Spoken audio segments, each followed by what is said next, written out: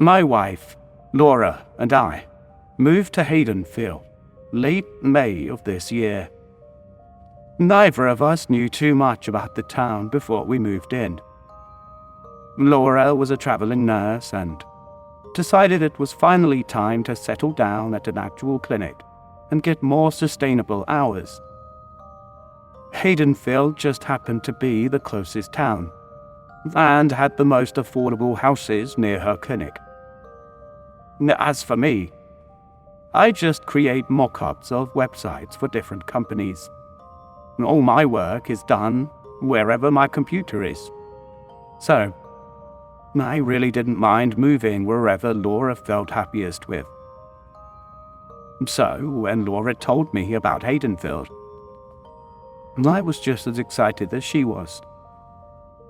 The whole town basically consisted of a small subdivision with a connected cul-de-sac. The only other building being a small family-owned department store down the road.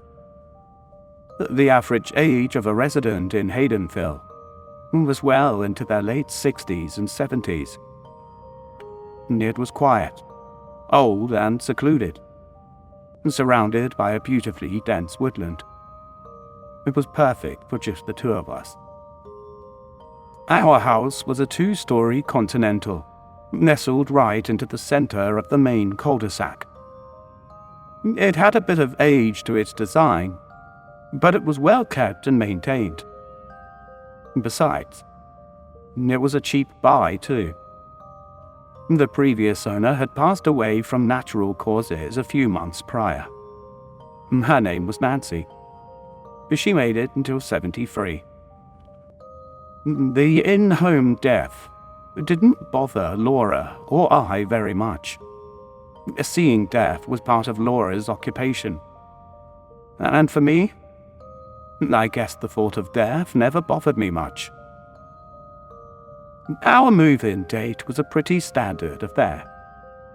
Our whole previous life had fit into a mid-sized storage van.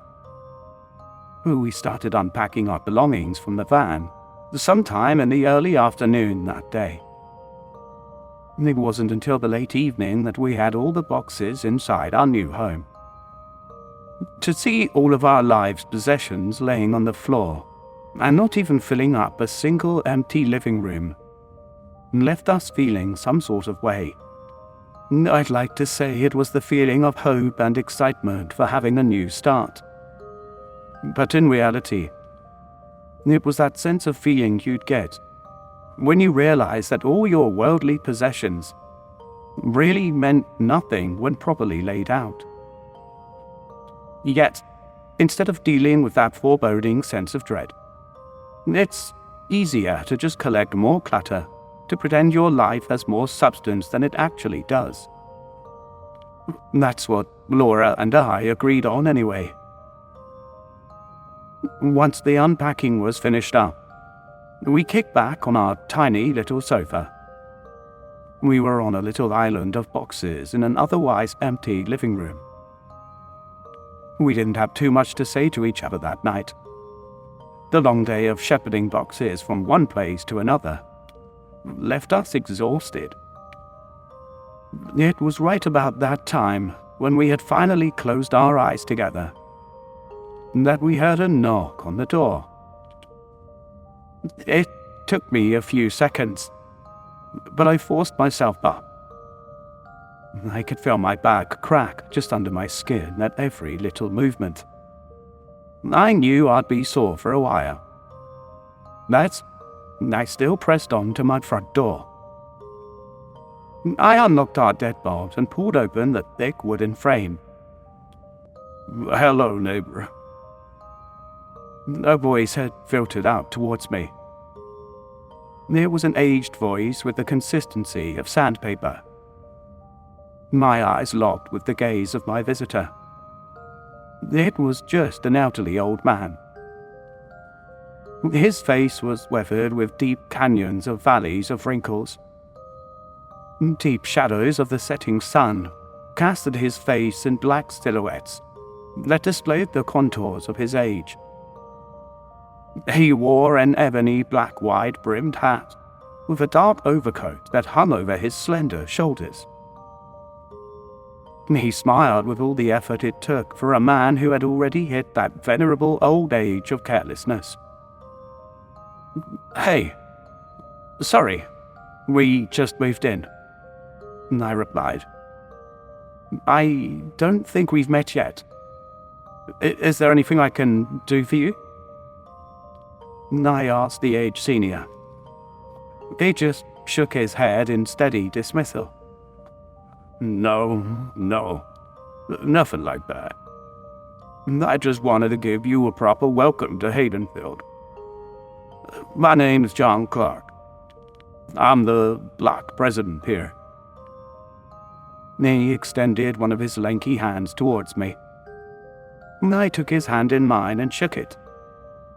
His skin felt like tanned leather, but his grip was strong. "Well, thank you for the welcome. Sorry we didn't have time to meet with the neighbors yet.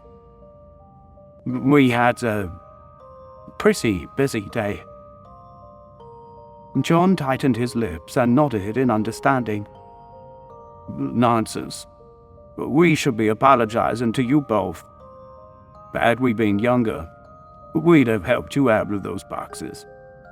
But I think those times are long past us now."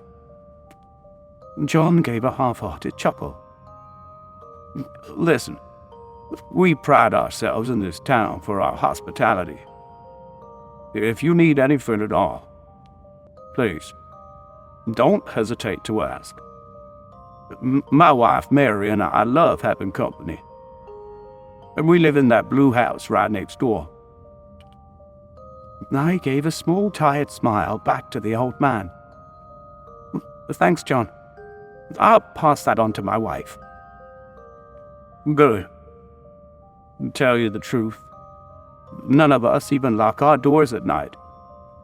I promise you, if you need anything at all, just walk right in." His smile faltered with just a twitch at the end of his words. His eyes focused deep into mine. "Well, I appreciate that offer. I promise we'll knock first, though." I gave a half-hearted laugh. The old man's expression didn't change. "Whatever makes you feel more comfortable here. Just remember, always keep hospitality first. Around here, we're all guests within each other's homes." He squeezed my hand tightly, making me realize that he had never let go of me in the first place. "Be safe." His leathery hand tightened over mine one last time before he let go. The old man dipped his chin slightly in a small bow of respect, his wide-brimmed hat dipping below his eyes and casting his face into total darkness. "Our doors are open for you, Gregory. At any time, no matter the hour." With that, John swung around and turned back towards my driveway. His black overcoat billowed off of his small frame with beautiful grace. I squinted my eyes towards him, trying to find the words to the strange feeling I had over the situation. Something about that interaction had given me a terribly uncomfortable feeling. I couldn't place my finger on it, though. I slowly shut my door and locked the deadbolt behind the old man. I shook off the nerves that tumbled down my spine and returned back to the barren living room of my new home. Laura had found herself laying half asleep on the couch, her body sprawled across the cushions. "Who was that?" Her small voice murmured out towards me. "A neighbor. His name's John. He lives in that blue house right next to ours with his wife." Laura had twisted her body and stretched out on the empty couch, yawning. Her voice pushed past her inhale. "Oh, Was he nice? She asked through her tired tone. Yeah, he just seems a little strange. I paused for a moment, judging how much space was left on the couch past Laura's small frame. Hey, let's head upstairs before we both pass out down here. Otherwise, one of us is going to end up sleeping on the floor. Laura laughed before pushing herself up. We both went upstairs to our unfurnished bedroom. The only thing we had set up was a queen-size box spring with a matching mattress that lay on top of it. The box spring had found itself laying haphazardly on the hardwood of our floor. We ended up both sluggishly making our usual nest of pillows and blankets. Before long, we were both blacked out for the night. It wasn't until a few hours later I had felt a pressure on my chest that was shaking me awake. I looked over to the small silhouette of Laura next to me, the silvery moonlight from our window casting an ethereal light over her figure. "Greg, wake up!" Laura's voice sounded panicked and subdued. I could hear how terrified she was, even underneath her hushed tone. What's going on?" I replied. My hand had tried to wipe away the sleep from my eyes. My body still felt exhausted from the physical labor we had just finished. "I heard the downstairs door slam shut. I think someone broke in." I looked at Laura and held my breath. I was trying to hear if anything else in our home was making noise. All I could hear was the throbbing of my own heartbeat. The rest of the house was dead quiet, but not a single crack of the aged wooden floorboard had met itself in contrast to our mutual silence. "I'll go check it out," I whispered over to Laura. She let go of my chest, and I lurched myself upward. I had wished I had a gun, or a bat, or anything I could have used to defend myself. But I had nothing more than the mattress on the floor to protect myself with. But I swallowed that feeling and pressed on. I slowly opened up my bedroom door and crept downstairs. Nearly every step I took sent a loud creak that echoed its way throughout the empty house. I kept telling myself that nothing could be inside our home and be this silent. Not unless it was standing completely still. I entered our moonlit living room and flipped on the lights. Nothing. I pressed forward into the kitchen and did the same thing. Nothing. Finally, the foyer. Nothing. I looked over to the front door and saw the deadbolt latch still flipped towards the locked position. I felt my body relax. My shoulders slumped down in relief. I took a deep breath and wandered back up into our bedroom. There's no one down there. The door's still locked. Nora just stared at me for a moment. I know what I heard, Greg. Someone slammed the door shut. I could see the absolute resolve in Laura's eyes. I knew she fully believed in what she had heard. Listen, I don't know. Everything's locked up tight down there. No one's getting in without breaking down that door. I laid back down on the mattress next to my wife. She just stared towards our bedroom door, as if she had expected something to break through it. Both of our physical fatigues ended up hitting their limits a few moments later. Then we found ourselves asleep once again. But the same surprise came again and again, night after night. Laura would wake me up sometime just after 2 a.m. and tell me she heard our front door slam shut.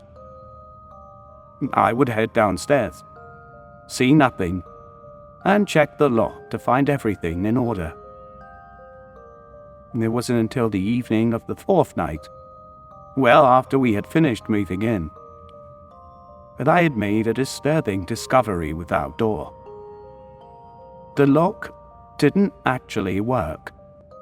The deadbolt didn't transition over, no matter how hard you twisted the locking mechanism. The door had been unlocked every single night since we had first moved in. I was at a crossroads. I could break the news to Laura and have her lose even more sleep than she already lost, or make the decision to just handle things myself and buy a new deadbolt from the department store in the morning. So, I did what I thought was best. I told Laura I would sleep on the couch that night and keep an eye on the door. I didn't tell her about the broken lock. She went upstairs to our bedroom, while I laid down on our couch. I decided to grab a kitchen knife for protection, just in case. I stole the largest one that I could find from our knife set. It was about the deadliest thing I could think of. I positioned our couch so that it faced our foyer. My vision was dead set on our front door for the first few hours. I did my best to keep them open that night. But a few hours in, and my eyes felt heavy. My mind had found itself halfway to dreamland and halfway to reality. So, when I watched the dimly lit front door in front of me slowly crack its way open, I couldn't muster up the energy to move. Even when my brain had begun to scream at me to do something, my body was paralyzed. I could only watch as the brass handle of the door slowly unlatched itself, and the thick wooden door creaked its way open. The darkness from outside had spilled forward. The shadows casted an uncanny black shade throughout our foyer. Despite my best efforts, I couldn't make out a single figure in the emptiness of the void outside. But I could see one thing. I could see an arm that had extended its lanky fingers around the exterior of our doorknob. It was gangly, with a pale red hue that seemed unnaturally colored. Spindled of blackened veins intertwined themselves, with knots of tumor-like growths all along its skin. The arm was so thin it could be mistaken for a discarded tree branch. Yet, the thing's arm was impossibly long for its slender and atrophied frame. The forearm alone had to have been at least 4 or 5 feet in length. Its upper arm was even more so. The limb stretched deep into the darkness of the night outside. I couldn't even see the shoulder that the stick-like appendage should have been connected to. The entirety of this creature's body was completely cloaked in the shadows from outside. Meanwhile, I watched helplessly as the door creaked its way more and more open. The door had nearly reached the limits of its hinges before it paused. A few seconds passed before the fingers of the creature had tightened around the brass door handle. With a single tug, the door flew backwards. The full force of the wood slammed shut with such an impact that the intensity of it alone shook the house. I finally snapped out of my paralysis. My heart was racing, and I could feel a cold sweat pour down my forehead. I heard my bedroom door bang open, and the thudding of my wife's feet sprint downstairs towards me. "Greg!" she yelled out as soon as she saw me. I looked at her and knew immediately she could see the expression on my face. The absolute petrified expression. "Greg, what happened? Did you see anything?" I couldn't formulate the words out of my mouth. I just nodded. We stayed up the whole night with each other. As soon as the department store opened, I made the drive over. Funnily enough, the local store didn't sell any type of door lock. But ever determined, I drove out the extra hour to a chain store and got exactly what I needed. By the early afternoon, I was taking off my old deadbolt and affixing on the new one. My tired mind was barely able to comprehend the task I was doing. "Hello, neighbor." A raspy voice had called out from behind me. I turned towards the blistering sun and saw the outline of John, wearing his wide-brim hat, right behind me. "What are you doing?" I sighed and continued on. "I'm fixing up our locks. I just noticed last night that they weren't working." I pushed my fingertips against my eyelids and tried to force some of my exhaustion out. "I wouldn't worry about that. None of us ever lock up our doors." John continued to stare down at me.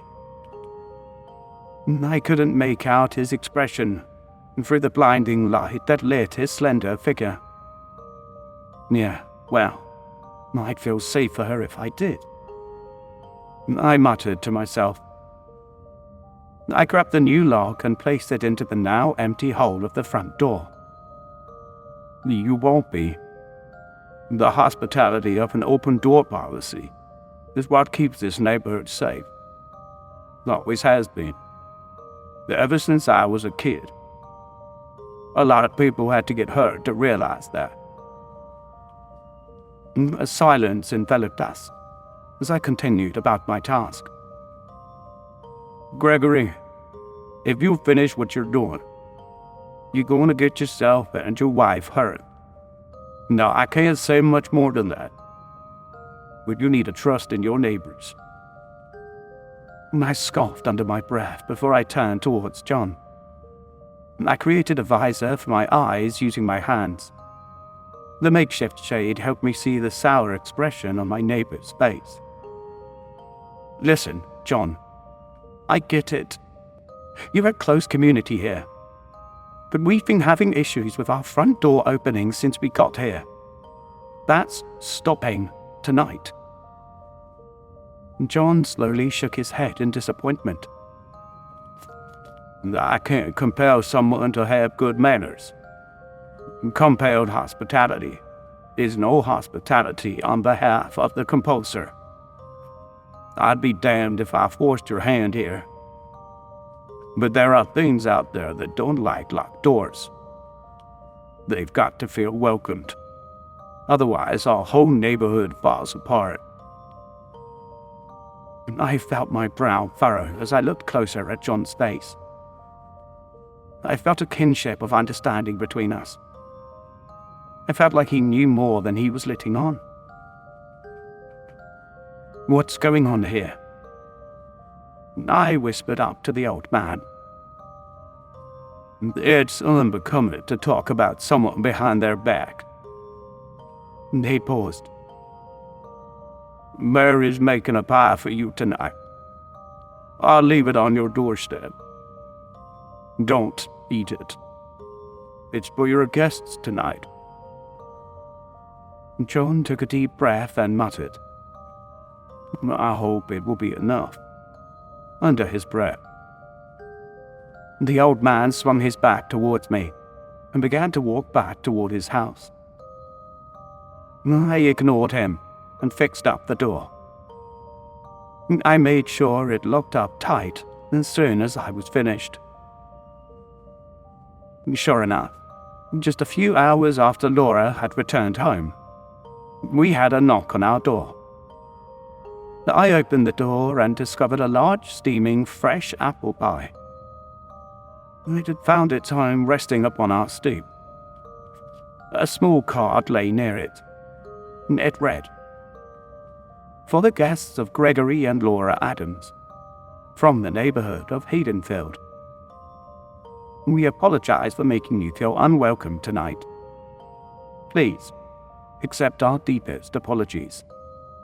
Very respectfully, the Clarks. P.S. Gregory, a proper dessert should always be set out on your kitchen table, in case any guests make an unexpected visit. May you have room on your dining room table to place this, in case that may happen. God bless. John." Laura and I both gave each other a strange glance. "What's all that about?" she asked, flipping the card around in her hand. "No idea," I replied, examining the pie in my hands. The aroma wafted over our home in the most pleasant of ways. "Shall we have a slice?" Laura leaned down and smelled the apple cinnamon scent that had been emanating from the glaze inside. I pulled it away from her. Something in me told me that John knew something we didn't. I had no idea what was going on, but I knew what the card said, and I knew what I had seen the night prior. But let's just leave it on the table tonight. We can double check with the neighbors tomorrow, just to make sure they actually made it. Otherwise, I don't know if we can trust it, you know? I tried my best to explain it away, but Laura gave me a skeptical look. Thankfully, she just shrugged it off. I placed the card and the pie right on the center of the dining room table and headed upstairs. Laura managed to fall asleep before I did. That night, I felt my eyes stare deep holes into my eyelids. No sense of drowsiness had washed over me. I could only think of that strange, spindly arm that I had seen the prior night. Like clockwork, just after 2 a.m., I had heard a jingle come from my downstairs foyer. The doorknob was shaking. It was slow at first, but then got more frantic. I gripped onto my bed covers and prayed that the lock would keep whatever that thing was away. But as the door handle jiggled more and more fiercely, that prayer fell away. I could hear the door begin thudding in its own frame as something lurched against it. At this point, Laura must have heard it as well. She shot up in bed and looked over at me. "Greg, what the hell was that?" Something began crashing against the door. A chorus of strange voices began screaming from outside our home. Their harmony created an ethereal echo that filled every inch of our home. I glanced over to our bedroom's window and saw several spider-like hands pressed against the glass. Their skin was the same twisted red hue that I had seen the night prior. Their gnarled fingertips had pressed so tightly against the glass that the glass had begun to crack under the grip. The same crackling noise had filled our entire home, as every window in our house had simultaneously begun to experience the same fate. Laura's eyes had fixated themselves on the gangly hands outside. Tears had welled up in her eyes as her voice faltered and fell away into a low whimper. I didn't know what to do, so I reached over to her and pulled her tightly against my chest. "Don't look at them," I whispered to her over and over again. I wasn't sure if I was speaking to her or to myself. I heard the front door splinter open under the weight of something incredibly massive. The tremendous tundra of thudding and thumping had filled the lower floor. Soon to follow was the sounds of every window in our home shattering open one by one. I squinted my eyes open for just a moment to see the bedroom window crack and explode into shards of glass. Broken shards had flown their way towards me and my wife. I closed my eyes to protect them from slivers of flying glass. The hands from outside had begun to stretch their way into my home. They seemed to lurch their way into our direction, as if they could see us. I closed my eyes again and began praying. The thudding from downstairs had found its way into our kitchen.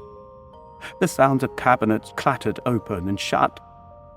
The symphony of voices floated their way into the halls of our home. I was left waiting for the feeling of those lanky hands to wrap over me. I was preparing myself to be dragged out of my home at any moment, to feel them pull me right through the broken glass-filled window and into the mouth of whatever those arms were connected to. But instead, I was greeted by silence. The banging had stopped. All the noises had stopped. I could hear Laura crying in my arms, but that was it. I opened my eyes and saw nothing more than the shattered window of my bedroom greeting me. I quickly picked up a large piece of glass and wrapped it up in one of my socks before getting up to my feet. Room by room, I cleared. Every window in our home was broken. Every single one. I got to our front door and saw its frame completely knocked off its hinges. Broken splinters of wood lay scattered across the hardwood floor. Yet the thing that got me the most was that the pie was gone. We stopped locking up our doors after that night. Now we are always prepared to entertain any guest that might show up, no matter the time.